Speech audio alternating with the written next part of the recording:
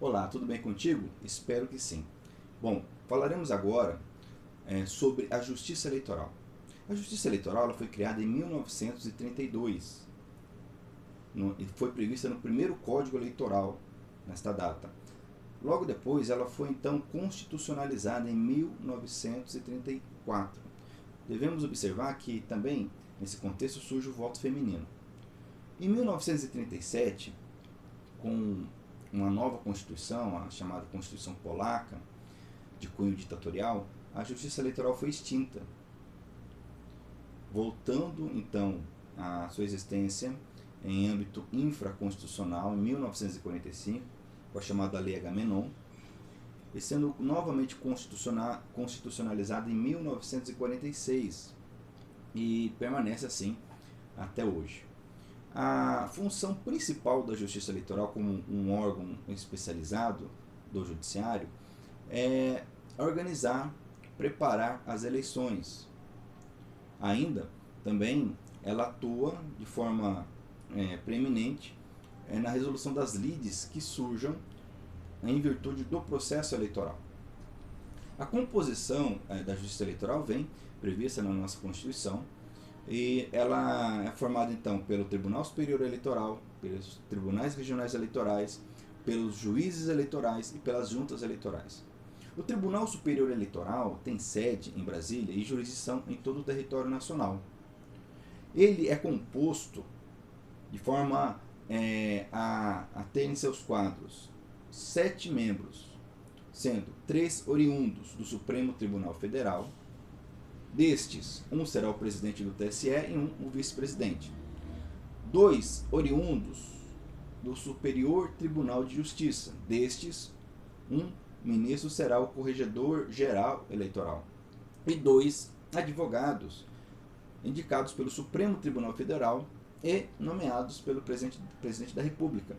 E aqui é importante observar 2 pontos. Primeiro, não há participação da OAB, não há previsão da participação da OAB na indicação desses advogados. Segundo, não há previsão de uma cadeira dentre os membros do TSE para alguém oriundo do Ministério Público.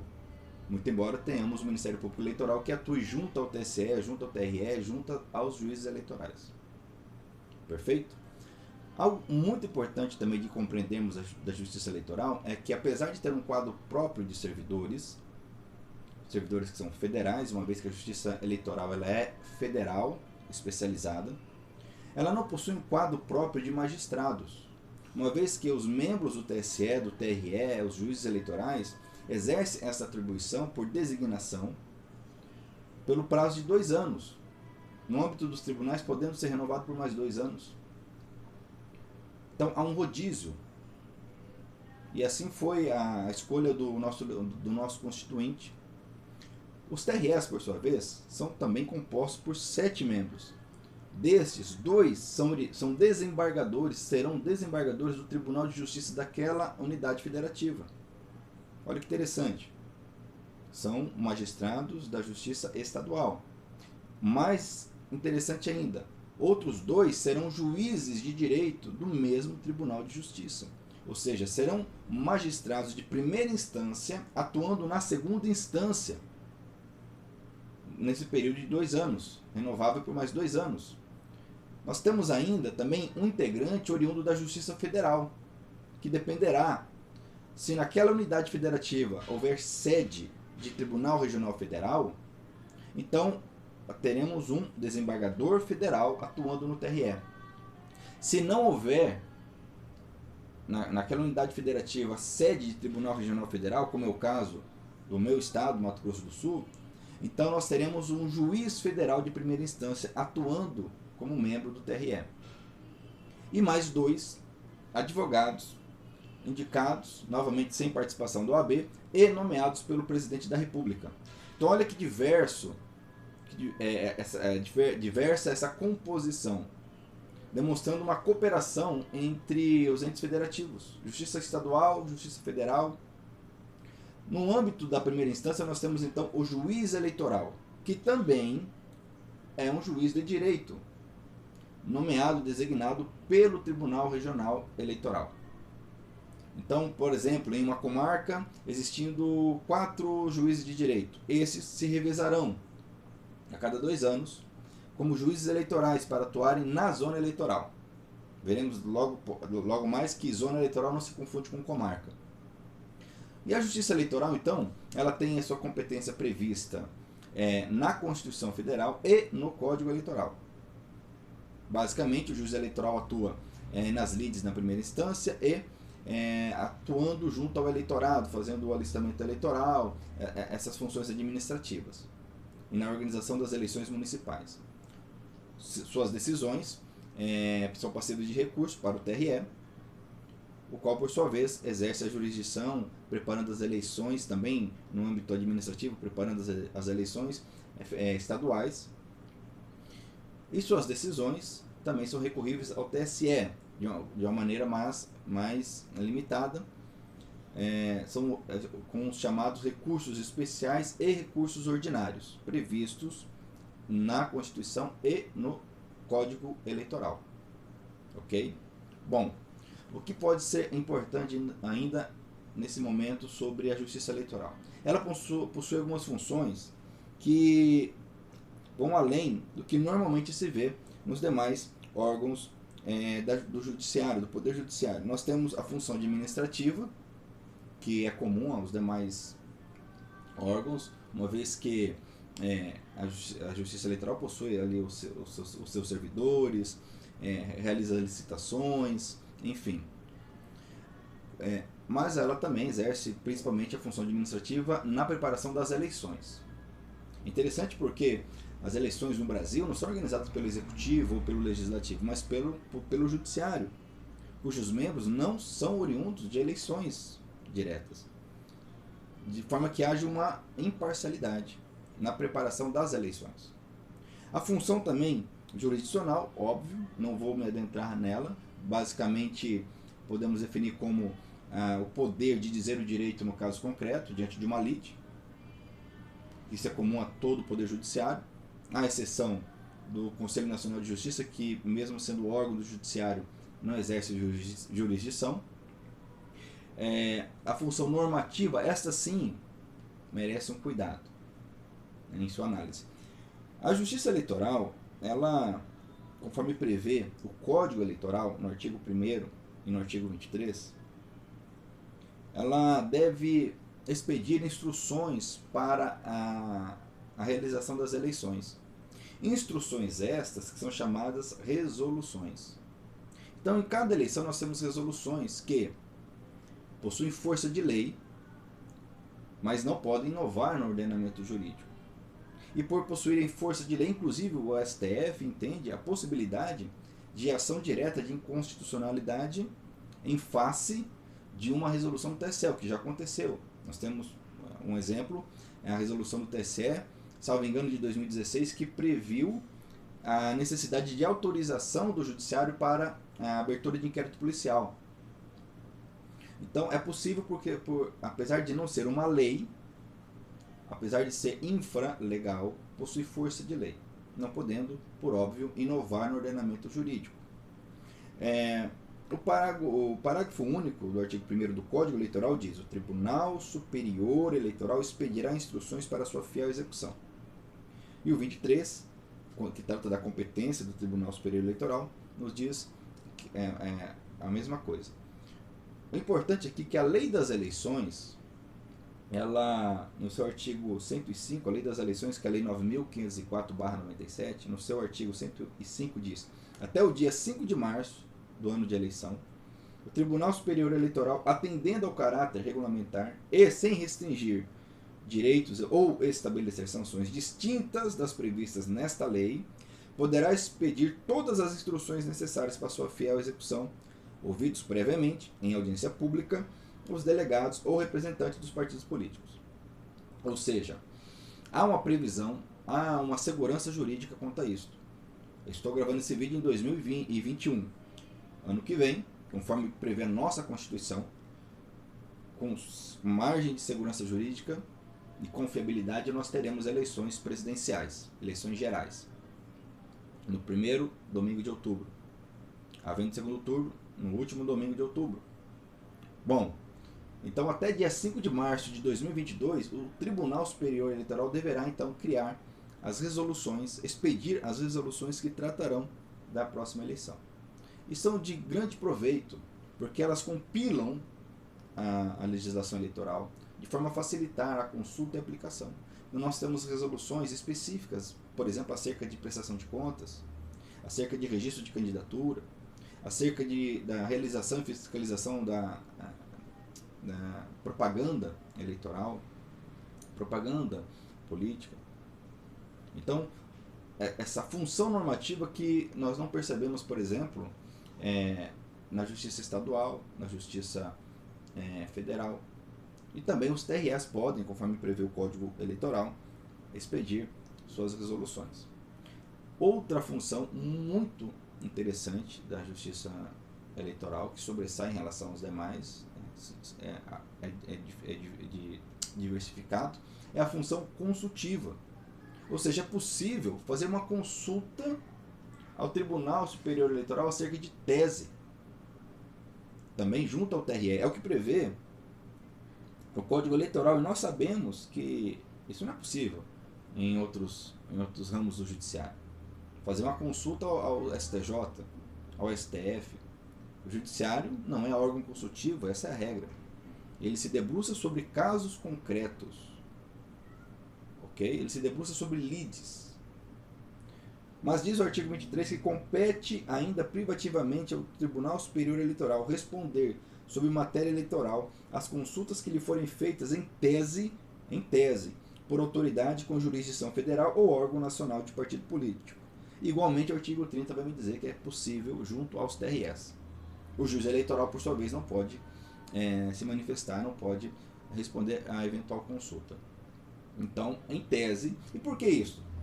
Porque estamos diante de valores e situações que envolvem direitos políticos e que envolvem o processo eleitoral, que por sua vez é célere, por sua vez ele tem data para começar, data para terminar. Então, quanto mais segurança, quanto mais pacificação nós conseguirmos em relação às regras eleitorais, mais forte se torna a democracia. Não pode haver incerteza, insegurança em relação às regras do jogo. Daí essa importante função da justiça eleitoral. Então, repito, ela tem a função jurisdicional, a normativa, a consultiva e a administrativa. A ênfase para a função consultiva e função normativa. Ainda em relação a que estamos conversando agora, é importante falar do Ministério Público Eleitoral. Este também não possui um quadro próprio de membros. Então, junto ao TSE atua o Procurador-Geral Eleitoral, que é o mesmo Procurador-Geral da República. Junto aos TREs atua então quem? Um Procurador Regional Eleitoral, que é nomeado pelo Procurador-Geral da República dentre os procuradores da República daquela unidade federativa, ou seja, membros do Ministério Público Federal. Um pouco diferente é a atuação do promotor eleitoral, que atua na zona eleitoral. O promotor eleitoral ele é um promotor de justiça, ou seja, ele é membro do MP estadual. Isso está previsto não na Constituição, nem no Código Eleitoral. É interessante porque isso vem regulamentado pela Lei Complementar número 75/93, que trata do Ministério Público. E nessa lei complementar, nós temos, no seu artigo 76, e especificamente, quando trata da designação do promotor eleitoral, nós tivemos uma ADI. Porque o que acontece? A lei complementar diz que cabe ao procurador regional eleitoral, ou seja, um membro do Ministério Público Federal, designar o promotor eleitoral, que é um membro do Ministério Público Estadual. Então houve uma ADI no ano de 2016, a ADI 3.802, em que a Associação Nacional de Membros do Ministério Público da União, a Associação Nacional dos Membros do Ministério Público, ingressou com essa ADI dizendo, olha, essa lei complementar ela viola a Constituição porque ela viola as prerrogativas do Ministério Público, uma vez que ela autoriza, ela determina que um membro do Ministério Público Federal, esse procurador regional, nomeia, designa um promotor estadual. Isso deveria ficar a cargo do Procurador-Geral de Justiça, ou seja, o chefe do Ministério Público Estadual. Mas o Supremo Tribunal Federal entendeu que não há violação, essa regra é pertinente, é coerente, uma vez que o promotor eleitoral ele está subordinado funcionalmente, ou seja, ao exercício suas funções ao Procurador Regional Eleitoral, e por ele deve ser nomeado. Inclusive, a sua remuneração é paga pela União, pelo Ministério Público da União. Agora, administrativamente, ele permanece vinculado, permanece subordinado ao Ministério Público Estadual.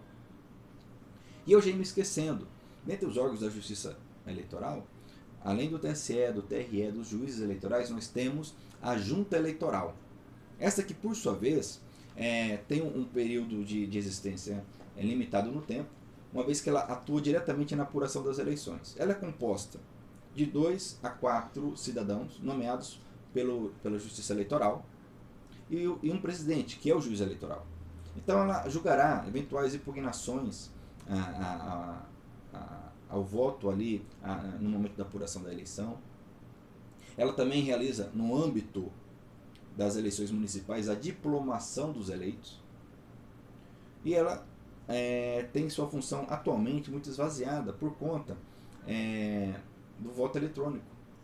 Uma vez que, não havendo em regra a votação manual e a apuração manual desses votos, se esvaziou a sua função. Mas ela vem prevista, sim, tanto na Constituição Federal como em outras normas eleitorais.